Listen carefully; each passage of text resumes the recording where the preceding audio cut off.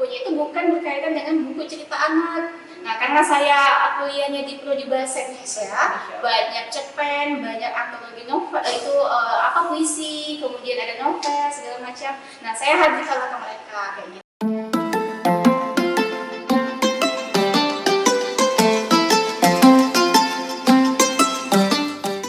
Hai Sobat Perpus, kembali lagi sama Ngerepek konten bareng Perpustakaan Kuburaya. Nah, kali ini kita ketemu sama Kak Umilia ya. Benar, jadi Kak Umilia ini dari Rumah Pintar Unggul Cerdas, foundernya ya Kak ya? Iya. Oke. Hari ini boleh nggak sih kita minta cerita Kak Umi tentang Rumah Pintar Unggul Cerdas? Sangat boleh tentunya Kak. Terima kasih sudah sharing ya Kak Umi. Jadi, Kak Umi, gimana sih sejarahnya Rumah Pintar Unggul Cerdas bisa ada? Iya, baik Kak. Udah siap dengarkan? Iya. Oke, kita dengarkan cerita dari Kak Umi. Nah, jadi Rumah Pintar Unggul Cerdas itu berdirinya pada tahun 2018, tepatnya di bulan September. Nah, kehadiran Rumah Pintar Unggul Cerdas ini secara tidak sengaja sebenarnya Kak. Iya benar. Berawal dari keresahan, berawal dari kegalauan, kemudian berawal dari sebenarnya masalah-masalah yang ada di sekitar wilayah rumah saya seperti itu. Mulai dari tingkah laku anak-anaknya, kemudian mulai dari masalah manajemen waktu mereka dalam belajar, dalam mengisi kegiatan-kegiatan mereka seperti itu. Bahkan terkait dengan dirinya, lingkungan dan keluarganya seperti itu. Satu di antara keresahan itu misalnya nih terkait dengan kurangnya minat mereka dalam belajar, kemudian kurang termotivasinya untuk melanjutkan pendidikan ke jenjang yang lebih tinggi seperti itu. Nah, dari situlah keresahan itu muncul sehingga kita buat ide nih kayak gitu. Karena sebenarnya di rumah saya itu memang udah rame Kak, rame anak-anak. Karena ibu saya itu guru ngaji. Jadi anak-anak setiap hari memang berdatangan ke rumah. Kurang lebih ada 15 sampai 20 anak setiap hari ngaji kayak gitu. Nah, kebiasaan mereka ketika udah pulang sekolah, kalau bahasa Melayunya itu langsung dilempar tasnya, langsung pergi main. Pulang ke rumah itu sekitar jam 5 atau mau maghriban kayak gitu. Lama ya? Iya, bapaknya atau orang tuanya langsung bawa kayu, bilang naik dah, kalau nggak naik nanti kena ini nih kayak gitu kan. Itu kalau saya cermati memang polanya masih nih kurang edukatif kayak gitu dalam memberikan pendidikan kepada anak seperti itu. Nah, jadi dari situlah keresahan-keresahan muncul sehingga muncul ide. Oh iya, anak-anak udah rame nih di rumah kayak gitu. Masa hanya sekedar ngaji, ayo coba buat kegiatan-kegiatan yang memang mereka itu bisa mengarahkan ke hal-hal yang positif kayak gitu. Nah, dihadirkanlah nih Kak buku-buku. Hanya buku-bukunya itu bukan berkaitan dengan buku cerita anak. Nah, karena saya kuliahnya di Prodi Bahasa Indonesia, banyak cerpen, banyak antologi novel, itu puisi, kemudian ada novel segala macam. Nah, saya hadirkanlah ke mereka kayak gitu. Mereka baca dengan kebingungan yang anak SD kan kayak gitu. Dengan pertanyaan, "Kak iya, ini buku apa nih? Kita tidak paham, tapi kita lihat gambarnya kayak gitu kan semangat mereka." Oh, ternyata mereka ada kemauan untuk membaca kayak gitu. Ada semangat, ada rasa ingin tahunya kayak gitu. Nah, kita coba open donasi Kak pada di September 2018 itu kita open donasi dan alhamdulillah memang kita banyak sekali dapat donasi buku-buku yang cocok untuk adik-adik. Usia anak seperti itu. Iya benar. Dan Umi tadi kan udah cerita tentang latar belakangnya Rumah Pintar Unggul Cerdas. Sekarang boleh tahu nggak? Ini kan nggak mungkin ya Rumah Pintar Unggul Cerdas terus jalan sendiri nih, sendiri yang jalan. Nah, itu nggak siapa aja sih yang terlibat dalam Rumah Pintar Unggul Cerdas. Siap Kak. Nah, jadi kita merekrut teman-teman dari komunitas, namanya itu Komunitas Pemuda Membangun Desa atau KPMD. Nah, seiring berjalannya waktu mereka terlibat dan alhamdulillah di 2022 ini kita juga merangkul Kak dari remaja masjid sekitar. Nah, alhamdulillah kurang lebih ada 15 relawan yang tergabung di kita. Dan uniknya kita tidak hanya anak-anak remaja, tapi orang tua juga menjadi bagian dari kegiatan kita. Tahu ya apa yang dilakukan sama mereka? kalau misalnya kita ada kegiatan nih, mereka yang sibuk, Lia, ini mau pesan di mana? Ini gimana nih tata ruangnya? Kayak gitu. Jadi kita ada space relawan. Jadi relawan itu ada yang anak-anak, ada yang remaja, ada yang orang tua. Segala usia ada ya? Iya, segala usia ada.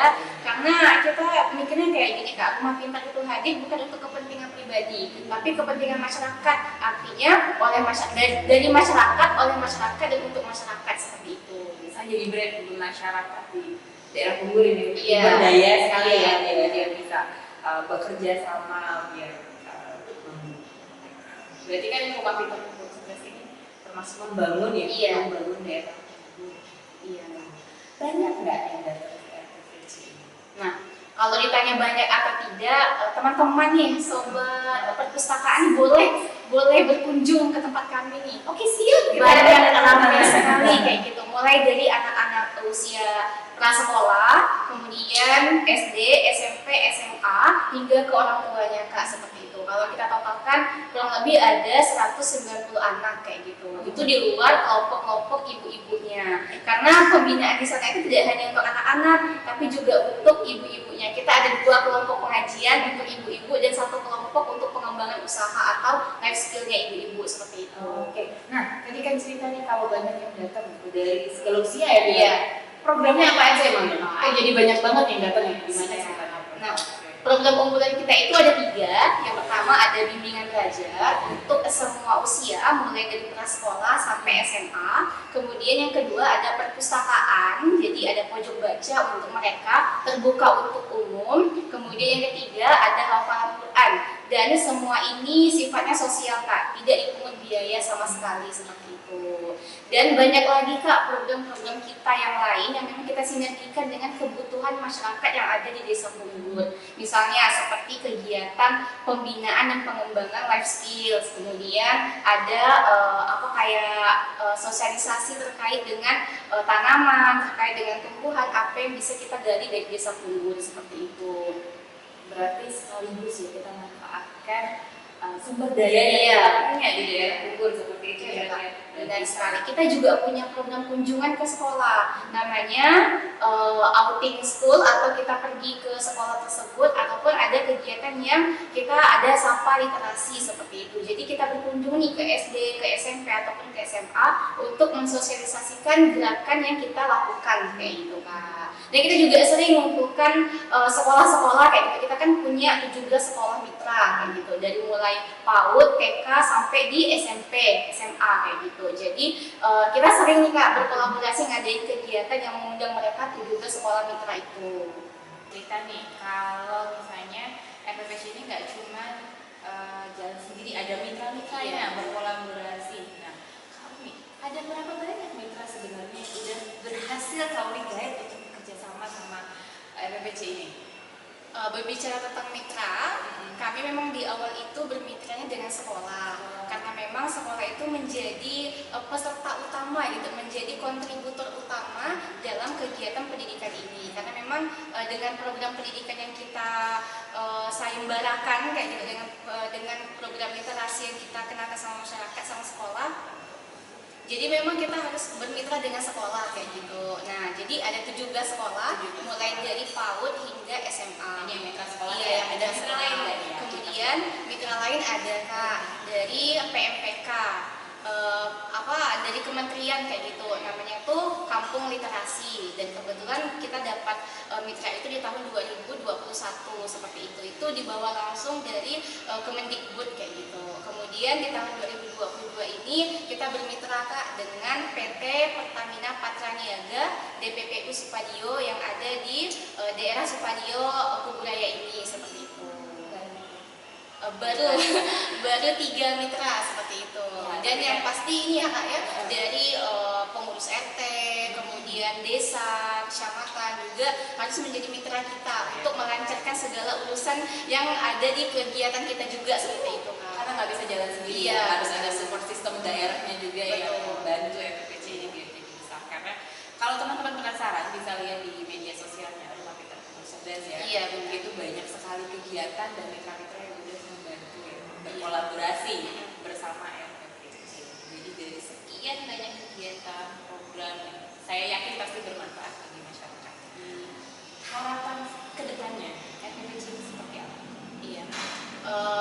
setiap organisasi, setiap wadah pasti punya harapan ke depan ya Kak. Nah harapan kami untuk desa Pungur Kecil terutama, kami bisa membumikan gerakan literasi seperti itu Kak. Dan program Satu Dusun Satu Pojok Baca mungkin bisa menjadi batu loncatan untuk kita membumikan gerakan literasi yang ada di desa Pungur. Dan harapan pribadi saya terkait dengan adik-adik yang ada di Rumah Pintar, mereka itu juga bisa menjadi pelopor kebaikan.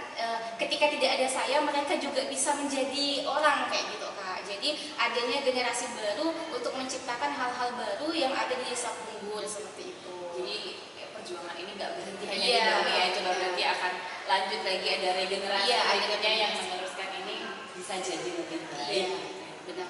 Nah, terima kasih ceritanya Kak Umi. Sama-sama. Nah, Sobat Perpus, itu tadi cerita kita tentang Rumah Pintar Tumbuh Cerdas ya.